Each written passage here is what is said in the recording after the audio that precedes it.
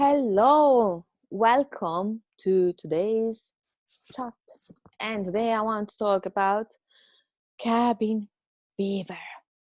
So, if you're wondering what exactly is cabin fever, Wikipedia says that cabin fever refers to the distressing claustrophobic irritability or restlessness experienced when a person or group is stuck at an isolated location or in a confined quarters for an extended period of time. A person may be referred to as stir crazy, derived from the use of stir to mean prison. And yeah, I know many of us might feel that we are like in prison, but let me finish to read what Wikipedia says. A person may experience cabin fever in a situation such as being isolated within a vacation cottage out in the country, spending long periods underwater in a submarine, how do you say that? Or being otherwise isolated from civilization. During cabin fever, a person may experience sleepiness or sleeplessness, have a distrust of anyone they are with, or have an urge to go outside, even in adverse conditions such as poor weather or limited visibility. The concept is also invoked humorously to indicate simple boredom from being home alone for an extended period of time. Cabin fever is not itself a disease, and there is no prognosis. However, related symptoms can lead the sufferer to make irrational decisions that could potentially threaten their life or the life of the group with whom they are confined. Some example will be suicide or paranoia, or leaving the safety of a cabin during a terrible snowstorm that one may stuck in. Now, this is something that many of us are suffering. And I sometimes suffer from it too. And I'm telling you, I'm a therapist and a clinical hypnotherapist. And some people are like, oh, you are anxious? Really? Yes. Also, even if we are expert about the mindset of how the mind works, we do struggle with anxiety and all these emotions because we are human. So it's a good thing that a therapist also understands emotions, because otherwise you would be talking to a robot, and robots are not very empathetic. There are some people who are not empathetic, but that's another discussion for another time. And I don't think that kind of person can be a good therapist, because if they don't understand emotions and they can't be empathetic, then that's problem. Anyway, back to cabin fever. So cabin fever, it's a way to see the situation where we are in. And it's also people who are in jail who suffer about cabin fever, but we are not in prison. As a mindset hacker, I can tell you, what if instead of saying to yourself or to your friends, I'm stuck at home, because we are all stuck at home, and I know you feel like this, and I absolutely understand why you say that, but instead of saying I'm stuck at home, if you start telling yourself, I am safe at home, that's totally different. It's telling your mind that you're not in a negative position, you are safe, and you're keeping everybody else safe, because some of us might not know, but we might be a carrier of the virus, because sometimes there are no symptoms. So if you tell yourself, I'm safe at home, I'm safe at home, I'm safe at home, you will start to believe it if you keep telling that to yourself. And that's a much more positive thing. What to do if you suffer from cabin fever? Well, first of all, even if you're working from home, get dressed. I don't dress every day for the office. I usually wear leggings and something casual, but today I'm showing up in front of you, and so it actually even makes you feel better, because you go in the mindset of like, oh, I'm going to the office. So if you wear a shirt which is ironed, if you wear a shirt that is, I iron my shirt, not today because I'm not a big fan of ironing. I don't like ironing. till I start to iron. Then I like it a lot because it's so relaxing. I wish life problem could be just iron away, like when you iron clothes and everything goes smooth and flat. But the concept of ironing is like, oh, I don't want to do it. And then when I start, it's like, oh, I'm feeling very good. Anyway, that was a parenthesis on my personality and how I don't enjoy ironing. I also put makeup, and I had to wear makeup because I am spending some nights awake because my body is all confused about what's day, what's night.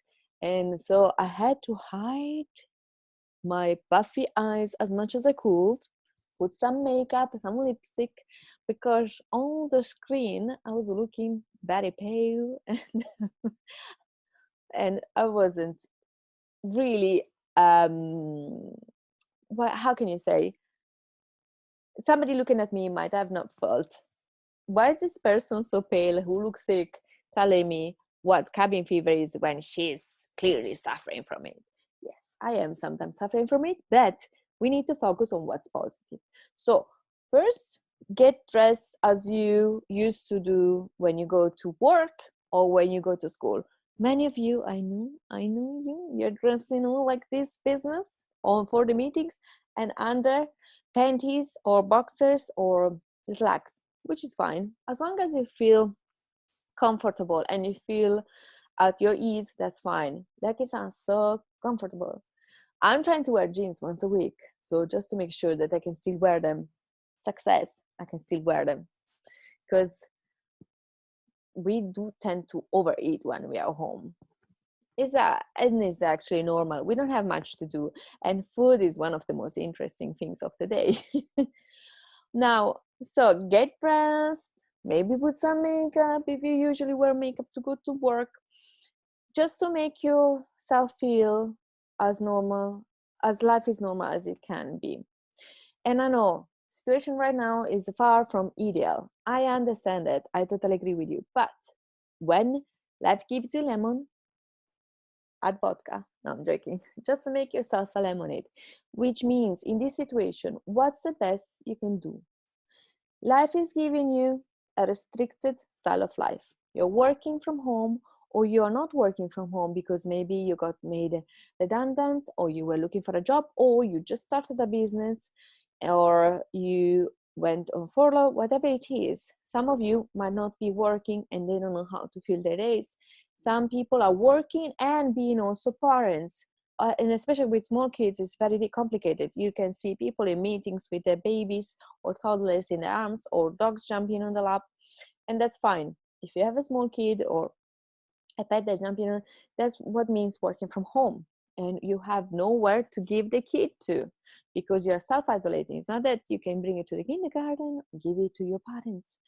No, you're stuck with your kid while working with them. So I understand it's not professional, but now it's all about what's best for you. And some of us won't have the choice and the luxury to have somebody in the house because maybe you're living with a partner, maybe also the partner is having a meeting at the same time, on the same day.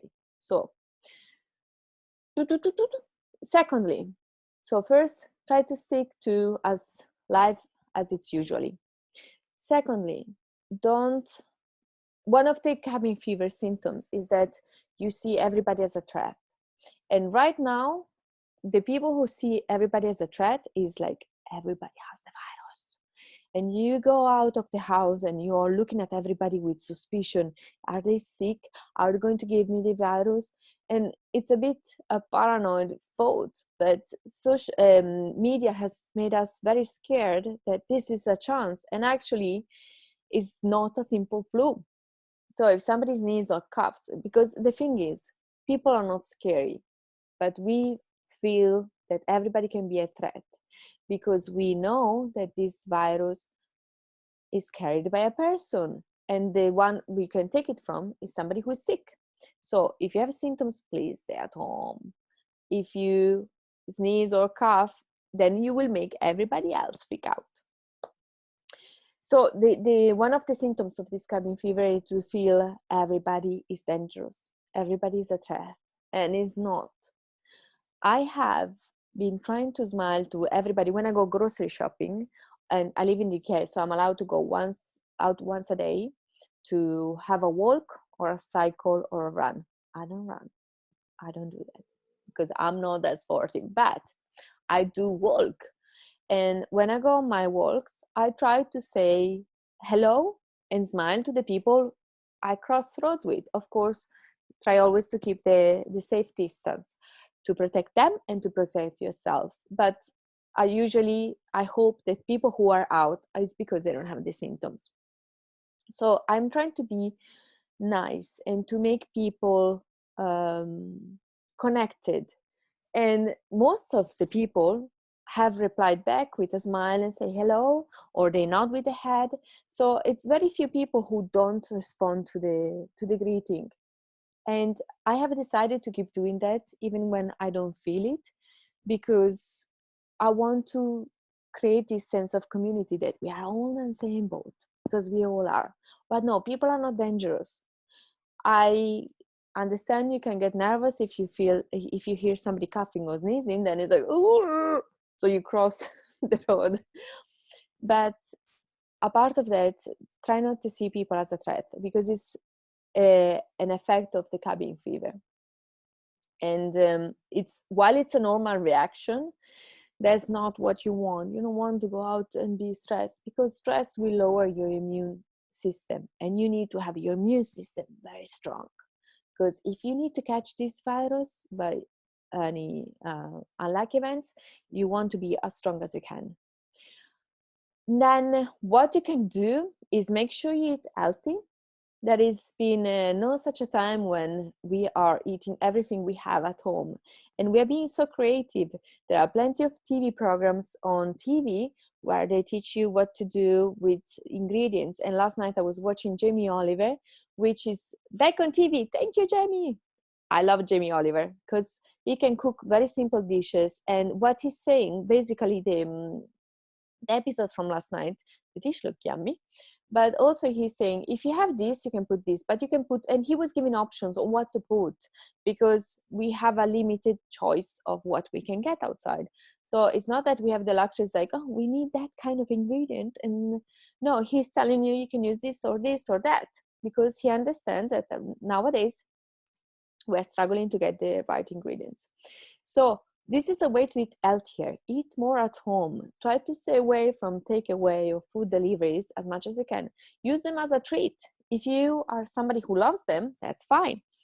But use them as a treat and don't eat every day ready meals or food to go, because even if they're yummy, they are quite rich in usually sugars and saturated fat and blah, blah, blah. And instead, when you cook at home, you know which ingredients goes, and it's usually much more simpler. If you don't know how to cook, now is a great chance to learn how to cook. If you don't like to cook, there are always websites which have very simple websites, that YouTubes, where people teach you.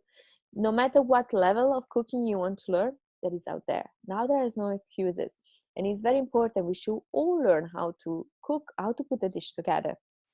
Because food is what keeps us alive. So even if you're not used to cook, you have now the time. I like to cook, but not on a daily basis. And now I'm being more creative because I have more time. One other thing you can do to make your life feel as it was before is to make sure you contact your friends and family on a regular basis, and maybe use more video. They've seen that there is a rise in phone calls. People are texting a bit less and calling more, because we want to hear the voice of the person we love, of our family members, of your mom and dad and siblings and grannies and friends. And so now with this technology, we can also do a video, so you can even see see the reaction and just chat. And also, if you were used to go out at the end of the weekend to have a drink with your friends, do the same. Do it online. Now, there was some water here, now I drank it all. But I know it's not the same, and I know that's not ideal. But remember, now it's not a question of being ideal. It's a question of like This is better than nothing. And also trying to keep up with all the groups, people writing all over, ping, ping, ping, ping. Everybody's pinging, everybody's sharing stuff. It's overwhelming. And you would like to speak more with your friends and family. So what to do? I have read this great advice that I'm trying to stick with. Every day, talk with 2 people. Doesn't matter who, if they're colleagues or friends. If you speak every day with 2 people, you will have at least spoken to 14 people in a week. And some days I really struggle to talk with those 2 because maybe I'm having a bad day, because maybe I didn't sleep, or maybe I'm more anxious than usual. But the next day I will feel energetic. Today I was feeling so good. I spoke with few friends. I did a podcast with the amazing Dr. Anne Goldsmith that is I'm going to publish soon.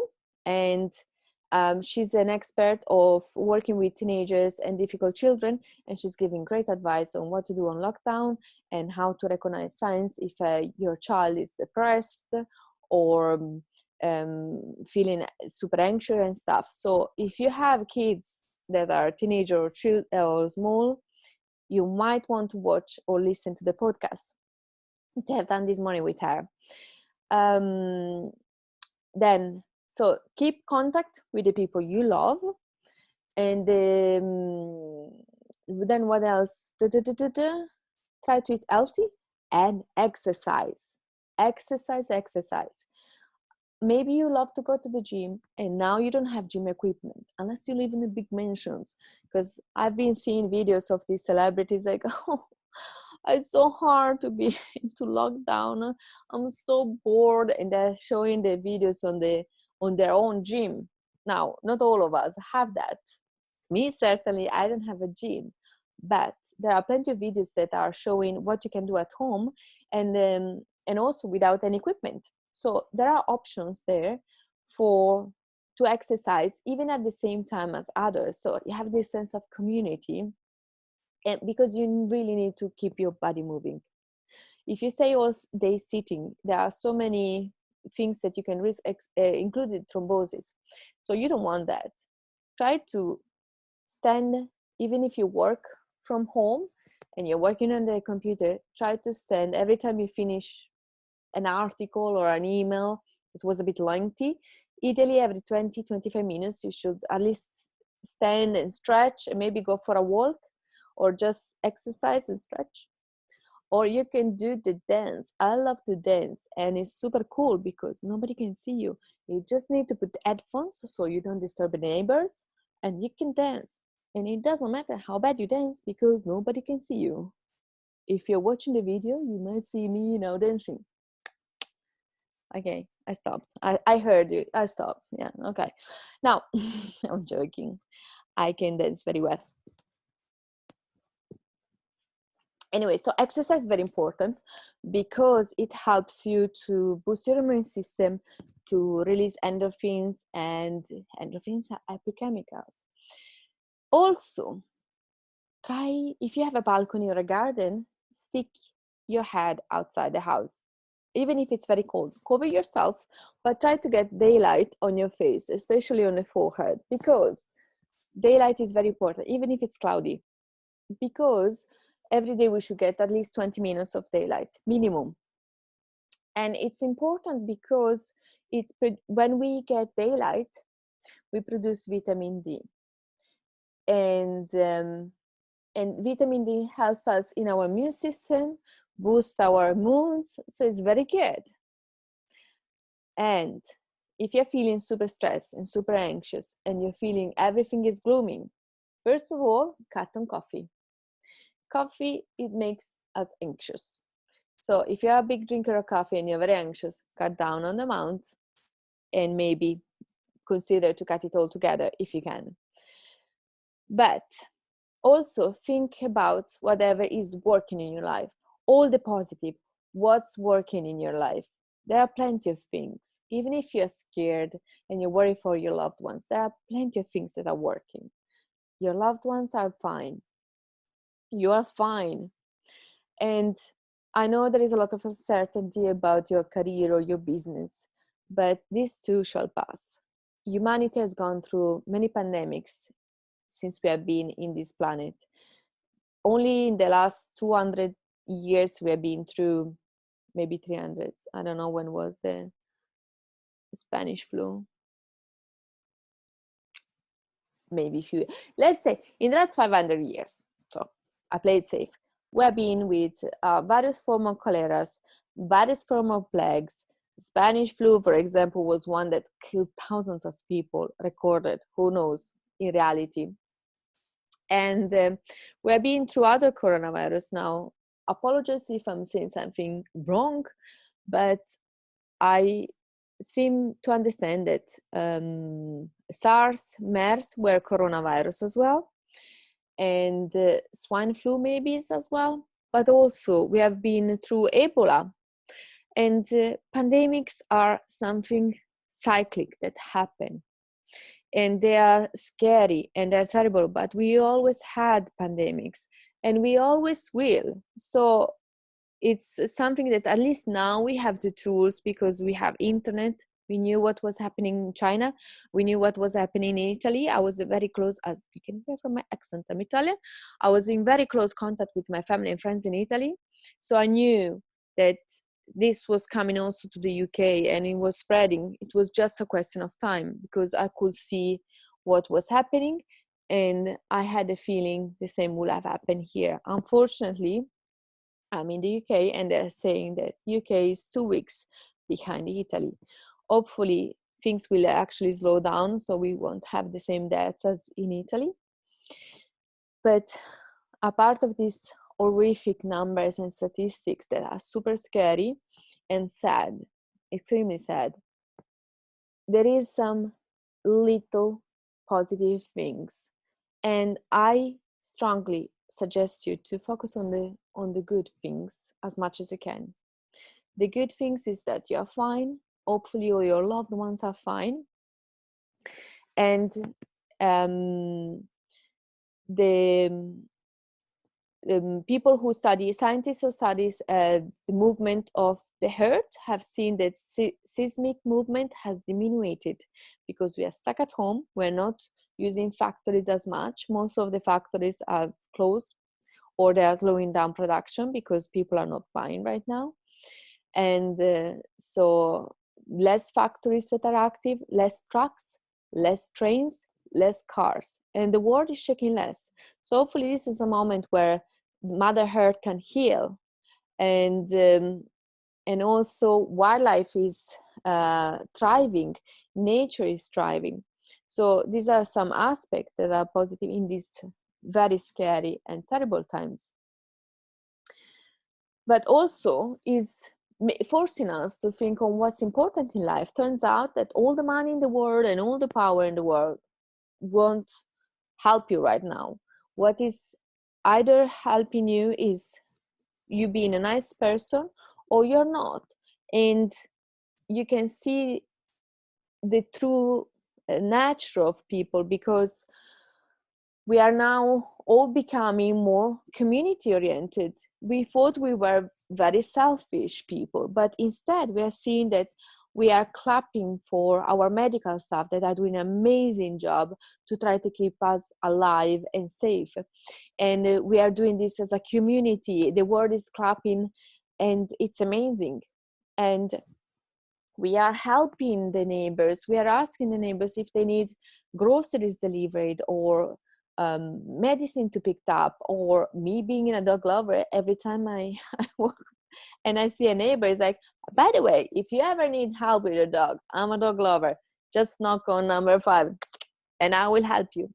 So it's also making us a part of few cases that are on the news. Most of us, we are showing our brilliance, our inside brilliance, that we are kind, we are caring, and we are suddenly helping each other.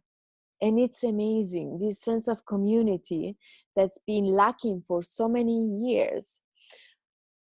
we used to thrive in tribes, we used to live in tribes, so we all have our strengths. Some of us, we will cultivate the soil, some of us will go hunting, some of us will be taking care of, like the healers will take care of the sick ones in the village. But honestly, we always lived in villages and everybody will do its own job. And now suddenly everybody is becoming individualistic because we are going to work, we are on our phones, we don't even talk to the person that is sitting next to us on the bus. We don't even want them to talk to us. It's like it's our word. We go to work. And so our life have shrunk very much with our friends and family. And we've forgotten about community. But now community is back. It's back and it's teaching us that if we take care of the other people, then they will take care of us too. And also, for example, when people were hoarding on soap, which was panic buying, so people, when we are fearful, we don't do things on a very rationally, so we do things in a very survival mode. Some people were hoarding on soap and toilet paper.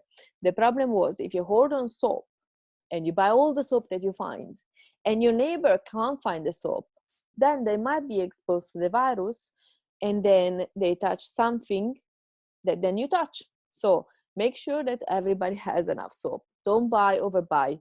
Soap, food is not going to run out. Maybe you won't find the cucumber for 1 week, but you're going to find other food. You're not going to starve. Italy had the lockdown for a few weeks, I think 2 more than UK, since the beginning of March. I think they went on lockdown on the 10th of March, if I remember well. And even now they have food. So we're not going to run out of food. Maybe we have less choices because there is less movement of food and stuff, because also farmers are struggling, because suddenly we realize how farmers are important, how grocery store people are important, because they are keeping us alive. And everything is made by people. So the farmers have people that collect fruit and vegetables and then make sure that arrives to the supermarket and in our houses.